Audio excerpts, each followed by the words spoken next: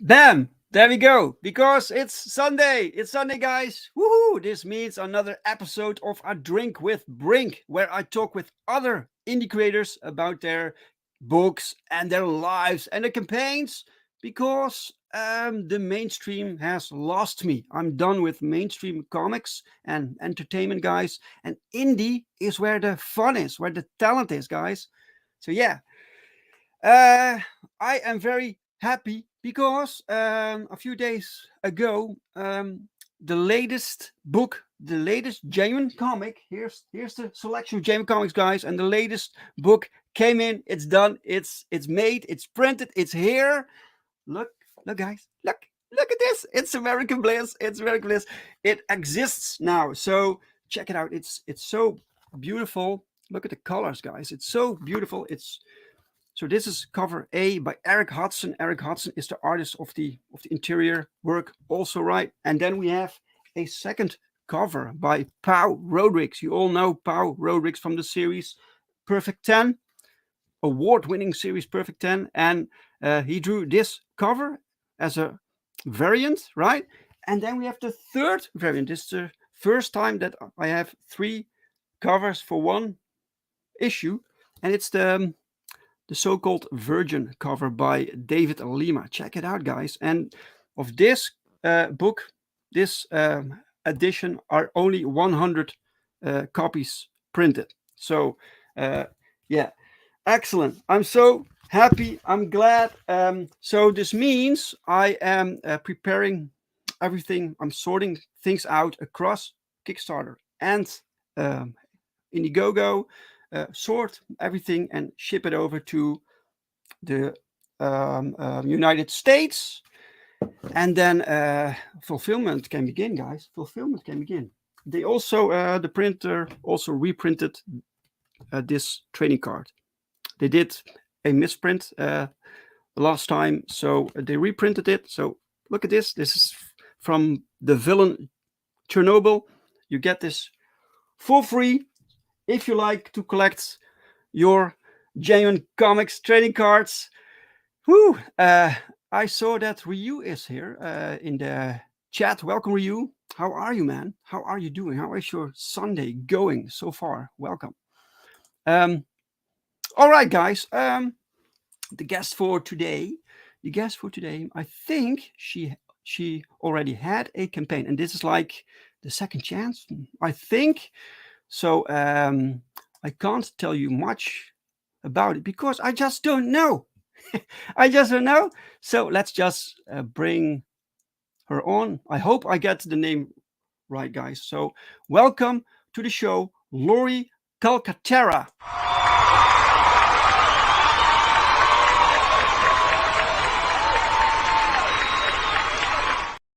Yay! That was spot on. Very good. Yes. Calcaterra. Oh, wow. Calcaterra. What a cool name. Thanks. Where's that from? What's It's the an Italian last name. Italian? It translates to hard earth. Wow, Calcaterra, hard earth. Mhm. That's awesome. Thank All you. right, so how are you today? How are you this Sunday? I'm great. Today's great. Yesterday was free comic book day. Oh, Spent all day at a store in Waukegan, Texas, and met lots of new people. Sold out all of my issue ones again. So woo! I got to reorder books. Wow, what a It just luxury! happened. I just got them in April. I gave some to my artist because he was going to a different store, and I kept some for myself. Right, A retailer in Michigan bought 5. He bought 5 of issue 1, 5 of issue 2, and I sold the rest at the store. So I got to order more books. wow, that's excellent. So this will Yeah. be your second printing or third or what's Of issue 1, it'll be print number 4, I think. 4? Wow, Yeah. Yeah. wow, that's fantastic. And that's Yeah. of this series that we're talking about today, Correct. right? It's Path of the Pale Rider is the series I'm talking about right now. Yeah. So we have Great. issues 1 and 2 are done. And you are correct. We did fund on Kickstarter for issue number 3. It ended April 20th. Mm, And then the one that's running right now is the Second Chance campaign. There's some exclusives. And then I'm also going to carry over all the stretch goals. So yes. anybody who backs the Indiegogo, there's no pressure behind us because the book is 100% funded. Yeah. Yeah. So there's not like you're not going to get your book. It's already Exactly. in production. And then you'll get all the benefits that all the people from the Kickstarter are getting as well. And we unlocked like 4 stretch goals. So Exactly. Yeah. Yeah. We Mhm. did the same thing with American Bliss. We brought it over to Yeah. Kickstarter, and everything was done basically. So yeah, people could just benefit, right? Yeah, it's just tapping into a different market. That's one of the things I've learned in indie is like the Kickstarter crowd doesn't exactly go to Indiegogo and vice versa. Hmm. The Yeah. Indiegogo crowd is not always aware what's happening on Kickstarter. So this was just kind of a chance to bring it to a new market. I've never run an Indiegogo before, so it's my first attempt at that. And it's going a little slow. But Slow. it's okay. Yeah. I mean, it's like I said, it's a flexible goal and everybody Mm, gets a book no matter what we make. So it's no big deal. exactly. Just a little bit extra. It's Mhm. welcome, Darkside. Darkside's Hello. Comics. Guys, Darkside is Comics has his own YouTube channel with daily comic book reviews. So check it out. Ooh, good to know. Um, okay, Laurie, before we start off, I need to ask you, what are you drinking? Well, I have 2 things. I wasn't sure what kind of show we were doing. So I have this gigantic jug of water. Water. Okay. And I also brought a White Claw because it is after 12 o'clock here in Texas. So technically I could start drinking. And what is that? What's it called? White Cloud? What did you say? White Claw is like it's a vodka drink. It's like a vodka seltzer. Ooh, that's the heavy stuff. Yeah, well, it's not really that No? strong. Oh, okay. No, it's like one of those you drink by poolside. You know what I mean? In the summertime, it's just light Right. and refreshing. It's not like you're throwing back like shots of tequila. Right. Yes. Look, don't feel pressured to actually drink. It's just the name of Yeah. my show because it rhymes with my name. But most people that are guests on my show are from the United States, and it's not really drinking time there right now. It's So not usually, but hey, no, man, it's Sunday. I can have a little White Claw and it's fine. excellent. Okay, all right. So you are from Texas, right? Yeah. So how did you? Is this the first comic book series that you produced, or did you do something before this? Path of the Pale Rider is my first comic series. I was writing for a production company prior to that.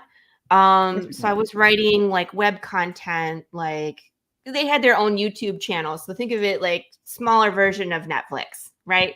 So like 20-minute, maybe if that, episodes for web content and like Right. short films and stuff like that. I was running a fight choreography team called Trinity 60. It was myself and 2 other gentlemen that started it.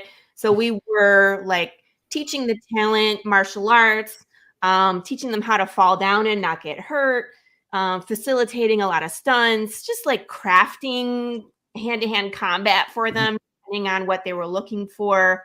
That's awesome. Mm-hmm. It's awesome. Did people need to call you sensei or something? Or my title master? is Guru. Yes. Guru. Right. Yeah. Guru Calcaterra. That sounds Guru awesome. Calcaterra, right. You don't have to call me that. Oh, okay. So you did this for like short movies or something, or yeah, short films are like indie. Right. It's indie version of Hollywood. You know what I mean? Versus like how we're indie comics. So I wasn't working for like a big production company. I was working for a company called Coattail Collective out of Detroit. So yes, Coattail Collective. So they did a lot of commercials. And we were choreographing like music videos and stuff, like smaller production is what we were helping on. And then what actually started it all is that I wrote a short film that was meant to be like our resume for the fight team. So it's 7 minutes, not very long, but it's like continuous fighting for 7 minutes. And oh my Lord, it's so much work to put that together. It's like, we choreographed for 3 months. We had to find a location that took a month. Once we found the location, we had to adjust the fight scenes depending on like what what we could actually do in that space. Like we start out the fight in a stairwell, and I do a gun disarm, and then I do a wall run in the stairwell, and try not to kill myself. It's crazy. Holy shit! You do that? Wow. Yeah. So we had to adjust some of the things because of the space that we had, and then try not to get arrested as well, right? Because in the filming in the middle of the night, and the cops show up, like, "What are you doing?" Like, we have permission to be here. Right. No, it's funny. Mike, welcome, Mike. Hey. Yes. Fan of all the good things. I like it. Fan of everyone. Great. So you're very so you did fighting training, and that's basically, is that still your job, or is that your No, main not thing? anymore. That was when we were in Michigan. We were filming a series called The Agency that I was writing. It's like after we filmed the pilot, it needed reshoots, but in the meantime, I had relocated to Texas with my family. My husband's job is, of course, what provides for our family. So when he got transferred to Texas, we all, of course, had to go. So I left the production company, but I had this writing bug. And I came up with the idea for Path of the Pale Rider as a full-length movie. So when I wrote it, it was production, and then didn't know what to do with it. I sat on it for probably a good year, just working on the story, building the world. And finally my husband read it, and him and I both read comics, but he's very much more into reading the comics. And he was like, this is a comic book. And I was like, you're right. You know, I kind of needed him to see that for me. The light bulb turned on and was like, okay. So I split the movie up into 13 issues. Right. So, but he was basically looking at your script from the standpoint of a comic book fan, right? So he saw this potential that you didn't notice. Right. It's interesting because the people that read the script usually see it in their own medium. So I've had someone else who was a video game designer, and he's like, this is a video game. It's an RPG, right? So it's just interesting to me that the story lends itself to a visual medium, but people see it in their own way. So I thought I was like, that was one of the clues to me that I was onto something. You know what I mean? Where people like, I would love to do this as a comic book or a computer game, or I've had people tell me like, I wish this was a choose your own adventure book. Okay. Right. And then from there it went to, okay, now we need to play this in D&D. And I was like, I don't even know how to do that. So. Right. But no one told you, well, this is a movie. So they did. The production company did. They were like, pitch it to Netflix. Really? And in fact, I took it to another friend of mine who is in the business, and he said the same thing. He was like, he's with, I can't say who he is. He's a well-known cartoonist, and he does a show that's on a network, right? He's the main character designer. So he's a friend of mine. I pitched him the script, and he was like, yeah, I don't think it would fit on our network, but Netflix would definitely love this, right? Okay. Now, do you know anything about pitching to Netflix? No. No, that's the problem. Nobody Right. does. And I researched it, and guess how much information I got? Buckets. Right. Nothing. Okay. They don't tell you how to do it. The only thing they Mm. tell you is you have to find an agent, a literary agent that will work with Netflix, but they won't Right. tell you who they are. Yeah, it's probably the network. You have to have this network that You can have get to know you there, somebody, right? You have right? to know So people. I don't know Yeah. anybody, and I'm a first-time writer, so I was very afraid. Hello, Chris. I was very afraid of losing control of my creative rights. So it's a great story. It is that big to have a Netflix kind of budget if they were to do it live action. But the problem is they would be like, here, oh, you're a first-time writer. Here's like, $10,000. And then they would redo my entire story. They would bring in another writer. It's very common, right? Yeah. And then they would change my characters, change the outcome of it would become something else out of my control. And I wasn't ready to do that. This is my baby. I'm attached to these characters. So the other thing is they get like 800 scripts a day. So what is it about Path of the Pale Rider that's different than everybody else? And the answer is there was nothing. I could bring nothing to the table. I had no audience. There was, you know what I mean? It wasn't going to work. Plus, I very much wanted to see it as a comic book because I love comics too. I read a lot of Image.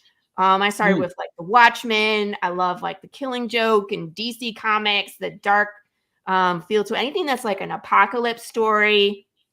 Saga, Low, East of West, The Walking Dead, Oblivion Song. But I love like Invincible, Battle Pope.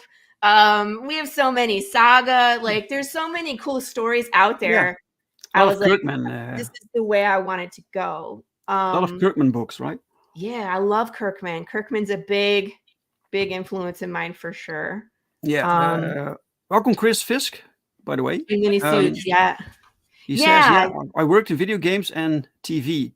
Too many suits calling the creative shots. I also think it is wise if you have this idea for a story, do something with it yourself before you think about pitching it to a producer to make the series or movie or whatever.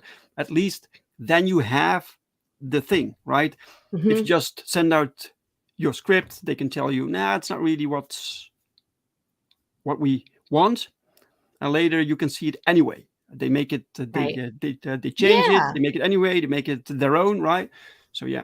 But that's not really what it's about. I mean, I'm not pushing it. My idea isn't to make a comic book temporarily and then sell it to Netflix. I just want people to read the story. Whether it's this, whether it gets turned into a live action. If it got like the Castlevania treatment, like Castlevania on Netflix, the animated one is fabulous. So it can evolve and turn into something else, and I'll be okay with that. But if it's a comic book for its whole run, I'm super cool with that too. You know what I mean? It's about the story. It's about connecting with people, letting them consume it the way that they want to. And it's funny because it is a comic book, but it is other things as well. We produce short films, and I write a riddle. It's everything is fan interaction in it. So like, for example, here, let me grab one. Here's issue number 2. I'm going to take I'll take my backdrop down. Everybody can see my actual boring house. This is much better. This is not my bedroom. This is my kid's bedroom, hence the kids' stuff behind me. So issue 2, the riddle that is on the back is written in American Sign Language. Our cowboy, Jude St. Clair, is fluent in American Sign Language, but he uses it to like throw insults at people when they're they can't understand him. So it basically like there's a poker game and he's talking shit with his hands. So it's a part of the story. It's just a very funny thing that he does. It's just a tick that he does where he just kind of like, he'll say one thing with his mouth and another thing with his hands. So the riddle itself, when you solve this, first you have to translate it and then you have to solve the riddle. And I put my Path of the Pale Rider email here. So when you solve it, it actually triggers something to show up in your mail from one of my characters. Oh. You actually are interacting with the character like they're here in the real world. Right? Okay. And I have plans. Cool. I have all sorts of plans. All sorts of plans. There's a lot of creativity going on here. Yeah. So the story is so big. That's the problem. The story is so big. The world is so big that the comic book, you're following this one cowboy. For people that don't know, let me back up. So the elevator pitch is this. Path of the Pale Rider is a world where death has been broken. So Dave, your body can die, but your soul doesn't leave. Your energy, your consciousness, it doesn't leave upon death. Mm-hmm. So you're still you in your body as it's decaying. Okay. Gross, right? But you're not a zombie where you're trying to eat people. You're just you, and you get more chaotic as time goes on because your brain is literally decaying in your skull. So violence, forgetfulness, detachment, it's a rough place to be. And it's not just people, it's animals, insects, fish, plants, bacteria, everything. Death is gone. You can shoot someone in the brain. It won't kill them. It'll just make them more chaotic. There's no way out. Okay. That's awesome. That's excellent. How did you come up with that concept? I don't have a good answer for that. I get that question a lot. Like, that's really cool. I haven't heard of that. Like it just came to me, like, what would happen if death didn't work, or like we didn't have an exit anymore? What would that look like? And I love horror and I love zombie genre. And this was just kind of a new take on that as well, where it's like, okay, we're not going to eat brains, but we're not going to be friendly either. We're going to be definitely chaotic. And when you start putting in like undead bears, undead moose, you know what I mean? Packs of undead dogs, things that you can't reason with, it gets a lot more difficult to survive, you know? Right. So they behave like the classic zombies. No. They're themselves. But, you know, have you it's more like dementia. So dementia, as a person, you could be you for a little bit, but as your brain is decaying, you're losing access to some of those memories. You're becoming more forgetful. With dementia, there's people that get violent, that were never violent their entire lives, right? And this is all happening in fast forward because, of course, we're decaying at a constant rate, right? So people are losing language, they're losing memories. Maybe it's not so important to them that you're alive anymore because you'll still be around. So they're definitely dangerous. If you watch videos of people that are going through, you know, taking care of someone with dementia, they don't even recognize themselves in the mirror sometimes. That's how people are. And can you imagine? Yes, John, this is the world that I've built, where instead of passing on or becoming a zombie, you sometimes in fast forward, become a dementia patient. Right. And it's a rough time. And you have this growing population. That's the problem, right? And with animals, also, yes. Right? With animals, they can become super aggressive. Take something like a bear. We have a bear named Big James that Jude St. Clair, our cowboy, finds in the first issue. And it's a bad day. He's an apex predator, right? So now he can run faster than you. It can climb trees. It can swim. It can run 35 miles per hour. How do you get away from that thing? You can't kill it. It's already dead. Yes. By the way, welcome John A. Douglas. And Chris of Red Dress Press is also here. Welcome. I always recognize myself in the mirror. Only I could be so pretty. Yes, excellent. The long flowing Funny. hair, right? Chris says, think of it like programming decay. The more death Yeah. that consumes them, the less humanity they have, and the more they succumb to entropy. Yes, So, that's so how 100% come? it. So how come Chris knows this? I've been on Chris's show a couple times. Ah, okay, right. A couple times Uh, even. Okay, yeah, it's a fantastic concept, man. It's Thank you. so because this has so many ramifications. So many. Um, culture changes also. Culture. When people die, Yes. you don't mourn. Maybe you do mourn, right? But you don't really say goodbye because you're Right. still Because they're there. still around. Yeah. Right. Now, the question is, Dave, are you still allowed to drive, vote, own property, own firearms? Right. Yes. And if you are, for how long? Yeah. I think you thought about it. I Uh, did. It's all yeah. in the story, guys. Right. Yes. I Wow. raised some really ethical questions like what happens if you have a disability? What happens if a child is undead? So I created this. This is just a hypothetical situation right now, but like, what if when let's say that when you become undead, you can no longer own property. Boom! As soon as your heartbeat is over, right? Yes. And now you have Hmm. a single mom and two kids. The two kids are alive. The mom owns the house, but she's undead. They kick them all out. Hmm. Or let's say they're going to start separating the living from the undead, and one of your kids is undead. It's the mom and two, and one of them is undead, and people knock on the door to come get the one undead child who knows their own name and can, let's say it's very early, you know what I mean? Hmm. Traumatizing, right? Yeah. Right. And I mean, we didn't even talk about like, what do you eat when the cow doesn't want, cow is still animated, right? The Right. insects, you Ah, can't use right. Yes. Yes. pesticides, Well, and you they're don't need still eating to. all of our crops. The Yes. water is contaminated with undead things because they're not dropping to the bottom of the water. They're swimming around. There's so many problems Holy that shit. That's accumulate fantastic. in this world that we talk about. So it's a fun ride. Like issue 1, we start 10 years into the apocalypse. Things have basically devolved back to the Wild West. Jude St. Hmm. Clair starts. He's somewhere around Arizona. Sorry, kid, it's time for the glue factory. Oh my God. Isn't that terrible? Dun, dun, dun. But It people happened. that die, they do know oftentimes that they're dead, right? They still can Um, process this, you think about could it. die in your sleep and wake up and not know. It just Okay.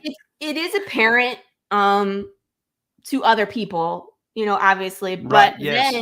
but then the undead start to figure out how to pass for living longer Right. by Right. Right. Right. self-embalming, Exactly. makeup, chemicals, right?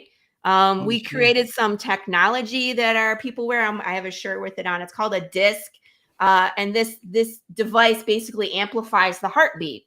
So it has a visual. If it's blinking green, you're alive, and it has a speaker at the bottom. Where is it? Over here.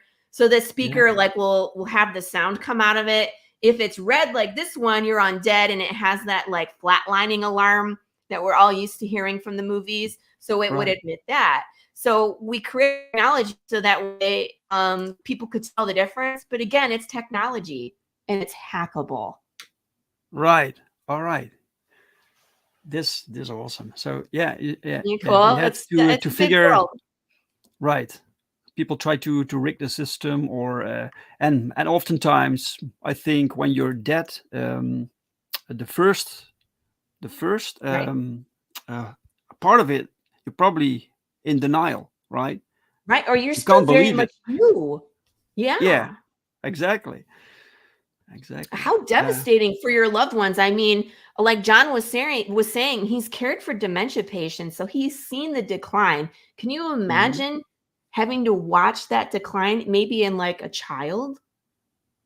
Right, It's rough. exactly.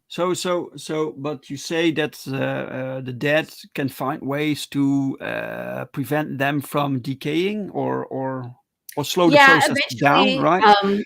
Yes, we will touch on that. So issues 1 and 2 is kind of like 10 years into the apocalypse. We're following Jude St. Clair in this like the wasteland. Issue number 3, which we just funded on Kickstarter in April, there's a time shift. We actually go back in time to the day that Death went missing.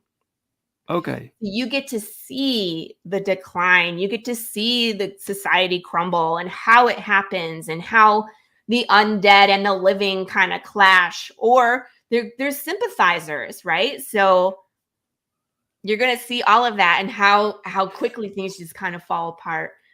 Issue number 3, we actually cover about 5 years from the beginning of the apocalypse. So we go about halfway through the time until we meet Jude St. Clair 10 years in the future. So there's a lot. There's a ton that we throw at this issue. So, and then of course I always have a killer ending at the end. And if people have read my book, they know what I mean. Don't be mad, but don't get attached. This is the main character? This is Jude St. Clair, yes. He's a sarcastic or what's his role? He's kind of like the last guy still looking for the answer. He's driven by something. We haven't uncovered that yet. But he's full of purpose, and he really wants to figure out the why behind the apocalypse to even figure out if it can be put back to the way that life normally was. Right. So he's very much driven to the point where he has huge losses, but he still keeps going. It's kind of in that light of anime, where it's like there's this character that really has no special skills, but they're so determined to succeed. That's Jude St. Clair. Right. The campaign, it better not be Shadow Band, Path of the Pale Rider. Yeah, this is kind of the norm now with Indiegogo and comic book campaigns. Why would I be Shadow Band? There's no reason. There's no reason. Just it's them. It's not you. Let's see. Path. Oh no, that would be terrible. Pale. Come on, you rider. Go. But the direct link is pinned in the chat, guys. Plus, it's in the description of this video. If you want to check out the campaign, please do. It comes up. Don't put a "the" in front of it. Like, it's not the Path of the Pale Rider. It's just Path of the Pale Rider. It has a different logo on the front. It has a picture of there's a half an angel and half a skeleton with a golden line down the middle. That's us. Right. So. By the way, there is someone named Pale Rider. There is. And is that coincidence? No, it's not coincidence. It's on purpose. So there's a few things that go along with that name. One, there's a movie called Pale Rider with Clint Eastwood in it. It's a Western. Right. Okay. Huge callback to Clint Eastwood, spaghetti Westerns, the good, the bad, and the ugly. You're going to find QR codes with musical Easter eggs, stuff like that. Chris, it's pinned in the chat. Right. Sorry. What the heck, man?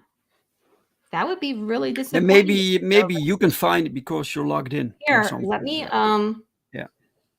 I'll copy it. I can stick it to the private chat for you, Dave. You can just copy and paste it. There you go. Sure. So there is the throwback, the reference to Clint Eastwood and spaghetti Westerns, very much so. In fact, when you look at Jude St. Clair, we have a lot of squinty scenes, and he looks like that Clint Eastwood squint from all those good movies. The other thing is, for people who are not familiar with the Bible, there's the book of Revelation where it talks about the 4 horsemen of the apocalypse. And the 4th horseman rides in on a pale horse, and he who sits upon that horse is named Death. Right. So I'm also referencing the apocalypse and death, because of course that's what this story about is. Where is death? Death is missing. Something has fundamentally changed in our world where there is no more death. There's only decay. And of course you can also Siri just really wants to talk to me today. The other thing is of course we have a cowboy riding a horse. So who is the Pale Rider? Is it Jude St. Clair? I've had people throw out stuff like maybe Jude is Death and he doesn't know it. I was like, wow, that would really be a twist. You'd be mad at me if I did that one though. There's a ton of twists in here you guys will find, but I have all sorts of references to pop culture as well. So you're gonna see, like I said, things from the Bible, things from spaghetti westerns. You're gonna see like Hitchhiker's Guide to the Galaxy, Lethal Weapon, 70s TV, 80s TV. All that Power Rangers. Eventually, I have a throw out into like Power Rangers. There's a ton in here. Indiana Jones. It's just a fun time. I'm a big nerd, and I love nerd culture. So that's what I do. You know, I put it in the comic for us to enjoy. A lot of zombie tropes, references to zombie. I mean, come on, look at that right there. It's the scene where they're like, "Oh, this person's dead," and they cover him with the sheet, and then the body sits up, and you're like, "Ah!" So is this Patient Zero? Is this the first one? Kind of, yeah. It's the first one that Jude St. Clair is aware of. So in issue number 3, we see him as a young man. He's an EMT, so right on the front lines. There's this giant. Will there be Thundercats? Don't tempt me. Zombie cats, though. Yeah, there are zombie cats, but we'll see if we can get some Thundercats in there. That would be awesome. You can have someone go snarf, snarf. No, okay. This is great. I really dig this concept, man. Really Thank you. Of course, there's me being scary, and then my 2 artists who are young and beautiful and take like these professionals. Look. Marco DeFillo. Marco, that's the pencil inker. Color. He does do color work. He colored issue number 2, but we would love to go a little bit faster. We've been producing 2 comics a year. We'd like to do 3 and 4 comics a year, just depending on the book sales, of course. So we brought in Marta, who's a wonderful colorist. She's out of Milan. Or no, she's in I'm sorry, she's not out of Milan. She's in I can't read it. It's small. She's in Italy. Somewhere. She's in Italy. It's San Marino. That's the word I'm looking for. Right. That's where she is. So hoping to pick up some time, you know what I mean, and go a little quicker, because the 3 of us can all be working at the same time, or like Marco turns in 4 pages, Marta is coloring, and I am lettering. So okay. For the new version of Snarf that didn't talk. Maybe we just have him walk by. No, Marco can always do a painting of him and have it on the wall somewhere. He does that actually quite frequently. If you look around issue number 2, he has like little gremlins framed on the wall. There's toilets in a tree. He put a singing bass behind like the leaning cowboy, because we're both from Texas. It's really funny. So first time when you read the comic, like read it for the story and the content, and then go back and look at all the crazy stuff Marco puts in the background, because it's super funny. Yes. Like these little Easter eggs. Dr. Ina, welcome. Hello. Good to see you. So this is the riddle for number 2. Riddle? Yes, a riddle. There's a riddle at the back of number 1. There's a riddle at the back of the Choose Your Own Adventure book. I love riddles, so they're going to send you all over the place. Websites to hack, secret podcasts, secret YouTube videos. I have all sorts of things planned. Wow. Really. Phone numbers to call. Yep. Yeah. This is a complete experience, right? Yes.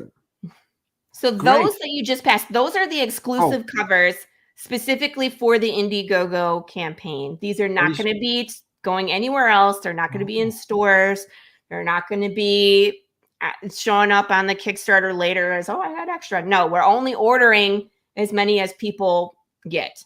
I'm going to order a set for myself, and that's it. Right. So these are going to be that spot UV where the black itself is shiny. Right. So you're going to print the exact amount that is ordered, right? And then it's done. Right. And we'll number them too. So it looks like it's going to be a small order. It'll be a real nice collectible later. John likes to know if there are any orcs in this comic. Maybe I can work that into something in the background. I love I mean, I play D&D and I love fantasy, like Lord of the Rings and all sorts of good stuff. So Jude St. Clair can always be watching the TV and something can go by. It happens. Wait, Chris says, Yay! I now see it on the Bonus IBG number after 2. I backed it. Backer number 2. Yes!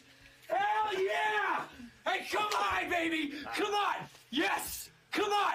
Ah! Yes! Yes! Oh, thank Nice you, Chris. reference. Nice reference. Thank you so much, Chris. Awesome. Austin Powers. Excellent. Excellent. Yeah, because guys, if you check out this campaign, you will see it doesn't have many backers, but No, that's we got because 2 so far. yeah, but that's again, because there's- you already had this campaign on Kickstarter, right? Yeah. And it did great there, right? Yeah, we had 118 backers. I think we did 6,200. We ended up at 138%.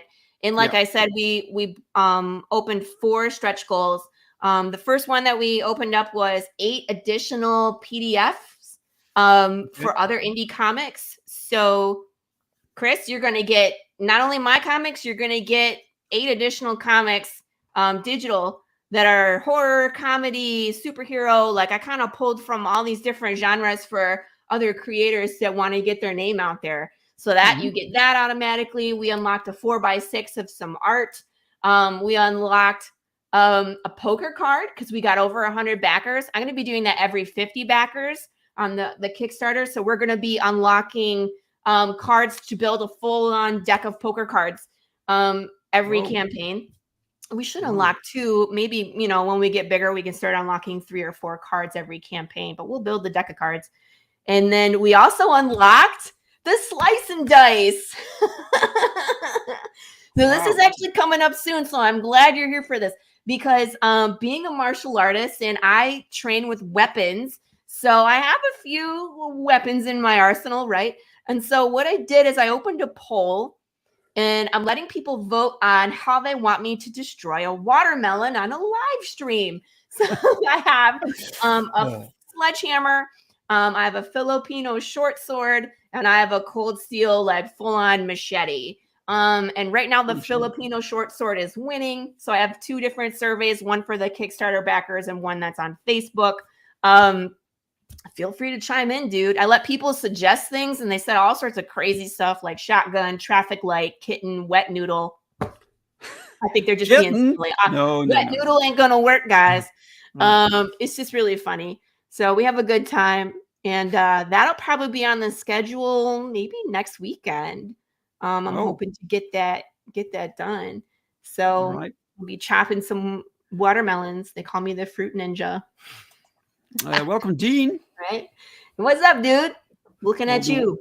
All the way from Australia. Cool. Is it there? Go for the world record and do it with your legs. No, we're not gonna do that. Stop it.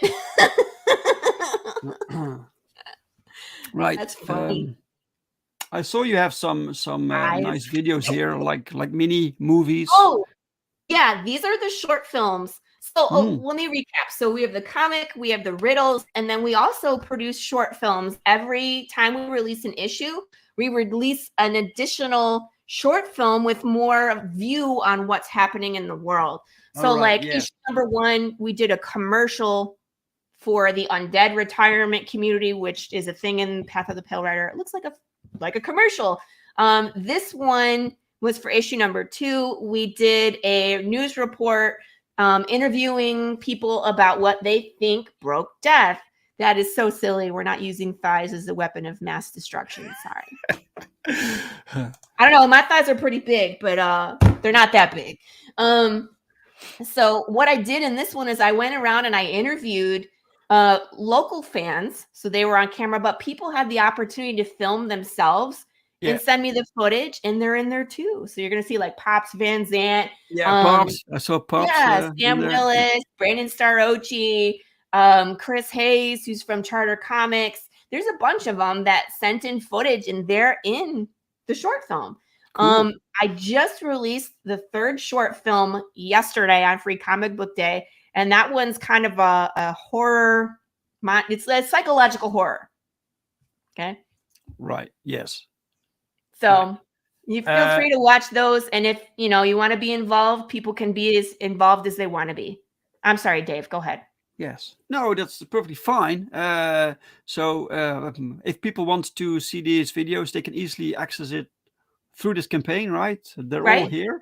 The third one is not there because I was still right. working on it as Right, yes. Friday. But the first two, and then there's a blooper reel from the second one. That's the first one. Right. There's some just short commercials about the comic, which kind of shows you interior art and what else we do. My YouTube channel has the third one. It also has our other short film called Catfishing, which is the martial art one that I did with Coattail Collective. It has some other stuff. It's usually either martial arts or comic books. That's all you're going to get on my channel. Right. By the way, I saw your Kickstarter campaign, and your Kickstarter page looks more elaborate. It has more on it than this here.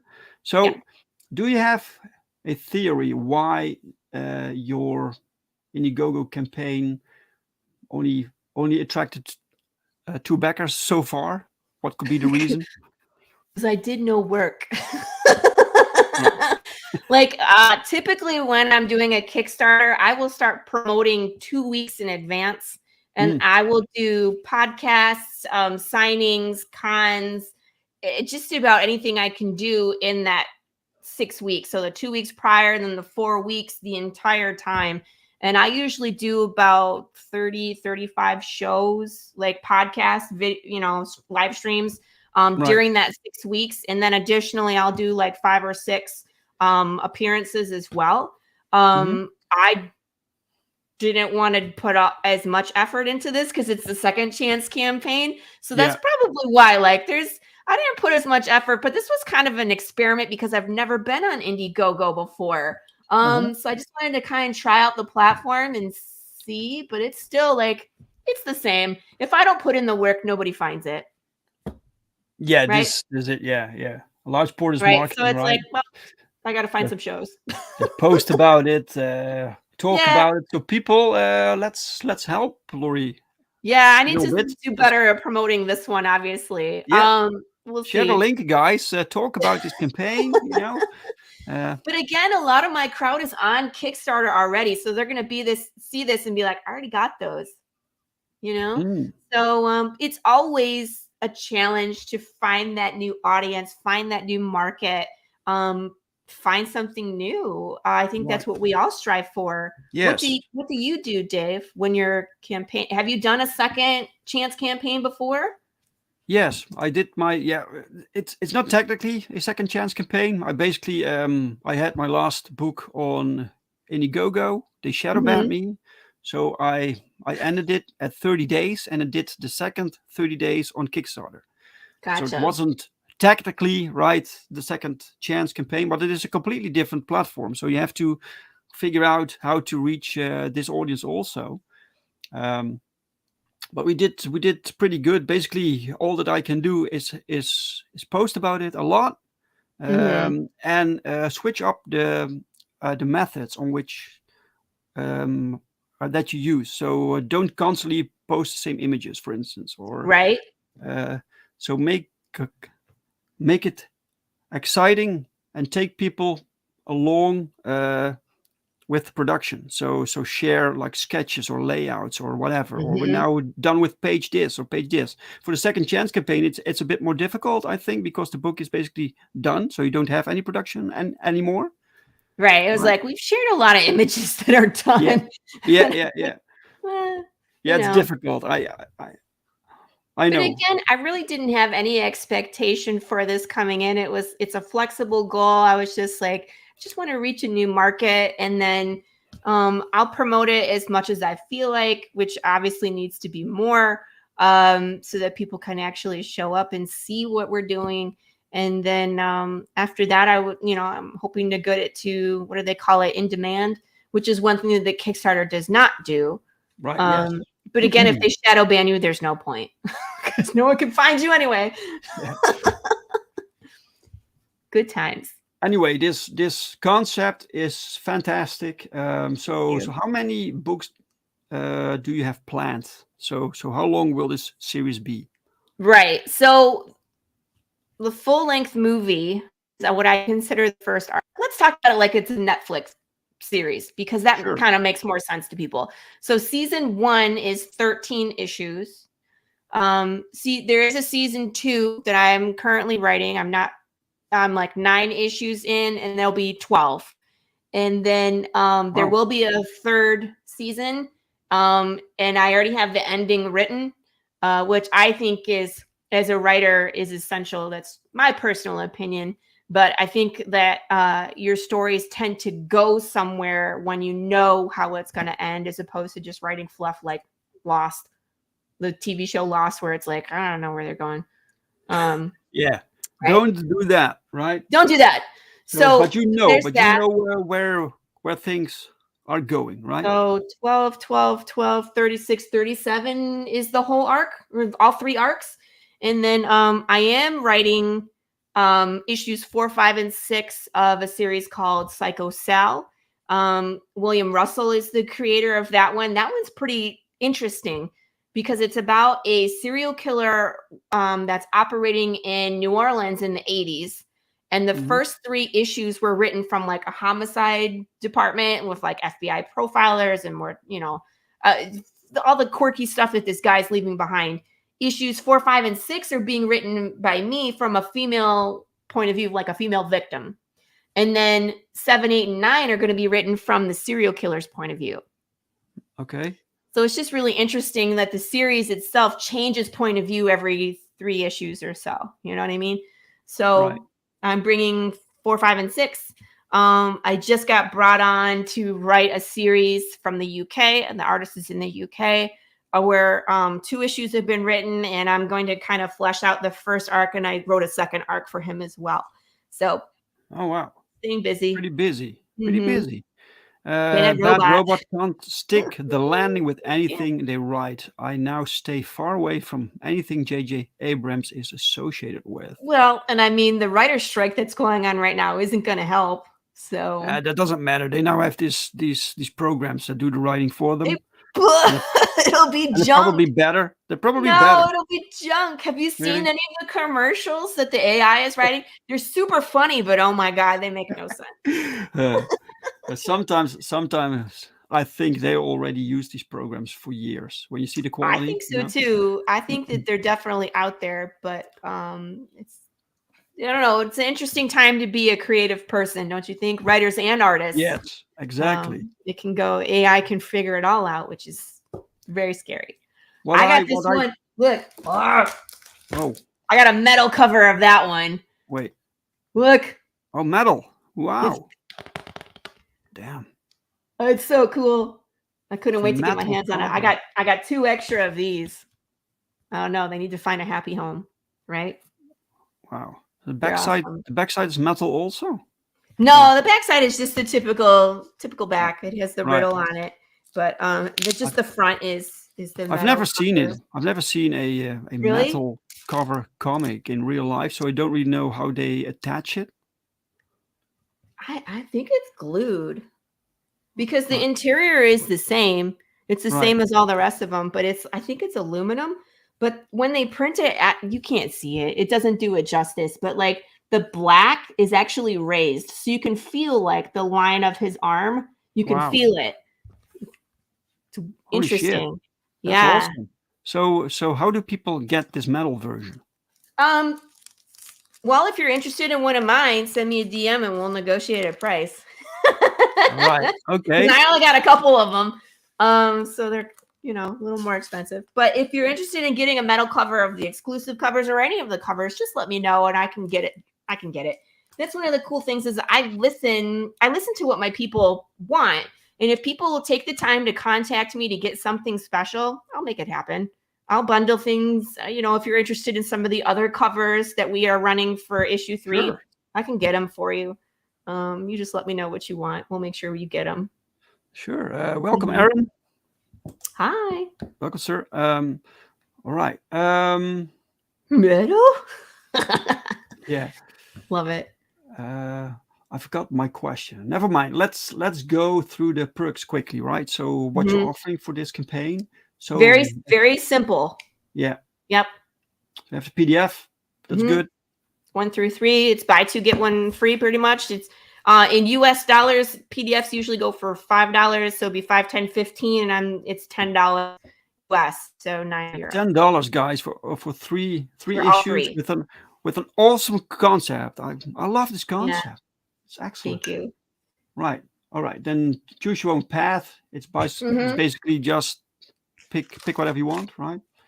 That's the choose your own adventure book. Oh. So this is what happened after my first campaign, is that I was listening to fans and people telling me they wanted to choose your own adventure book. They wanted a chance to go walk around in the world and see what it would be like. So this is a 60-page manga size with a spread cover by Marco DeFillo. The interior is illustrated by David Rodriguez, who's another friend of mine who I commonly use. But you basically get to put on the hat and boots, and you run bounties in the wasteland, and you get to meet characters that show up in the main story later on. There's 1,001 ways to die. There's some really grisly deaths. I think you can encounter Big James. You can get eaten by insects. You can all sorts of things. You can become undead and keep going. It's really interesting. And of course, it ends with a cipher at the end. So it wouldn't be a Laurie Calcaterra book if there wasn't a riddle to solve over here. Sorry, wrong. Right. Camera. It's always in the wrong way in the camera, right?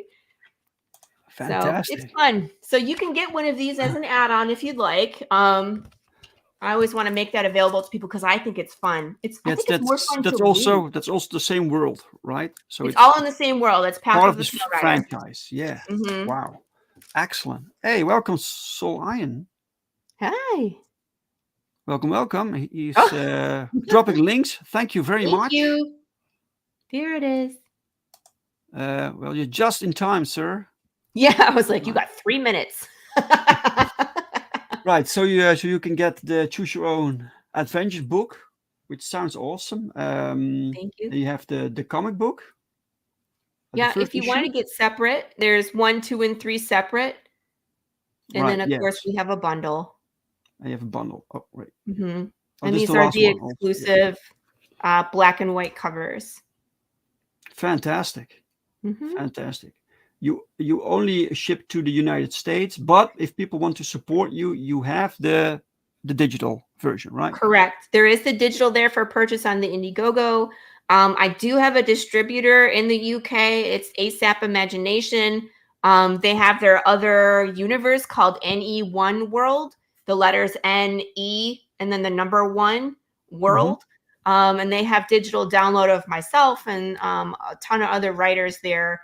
So if this is not up or like my other campaign is not up, I still will have things available out there where maybe you don't have to do it in US dollars. You can do it, through, ASAP Imagination. I would like to get a distributor that can also print books in the UK. I just haven't gotten there yet. So we're working on that. Because that would be great to be international, but shipping internationally is so crazy right now. I'm sure. Do you ship to the US? Yes. It's bonkers. VAT tax and customs and hey, I never got my book. And how do you track it? Like, oh, good Lord. Oh, yes. There's a lot going on with fulfillment, right?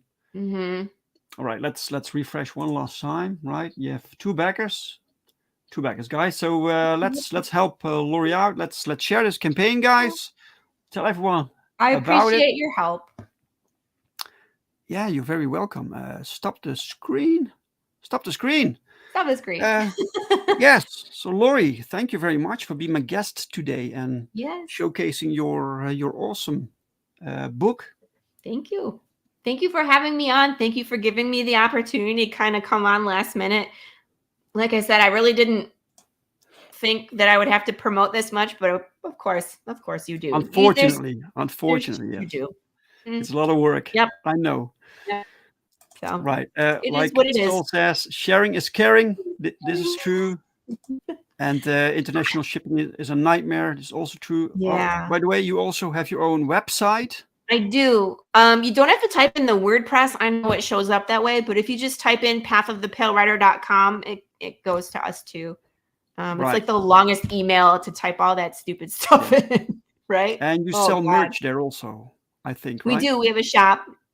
I Right, need to update it because I'm sold out of all the variants for number 1 at this point. Wow, that's a good problem to have. Right. Right. And people can follow you on Twitter. So Ian, thank you so much for sharing all this. Thank you. All the Thank you links very much. are also in the description, guys, if you want to follow Laurie. Again, thank you, Laurie. And special thanks to the chat, to everyone watching today. Thank you so much. Without you guys, there's no point. There's no point to the show, guys.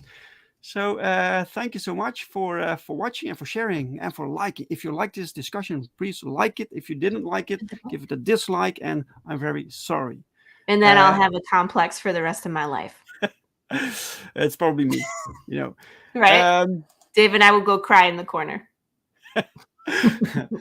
I'll be back next Sunday, guys. So next Sunday, same time, same channel, new guest. Hope to see you guys then.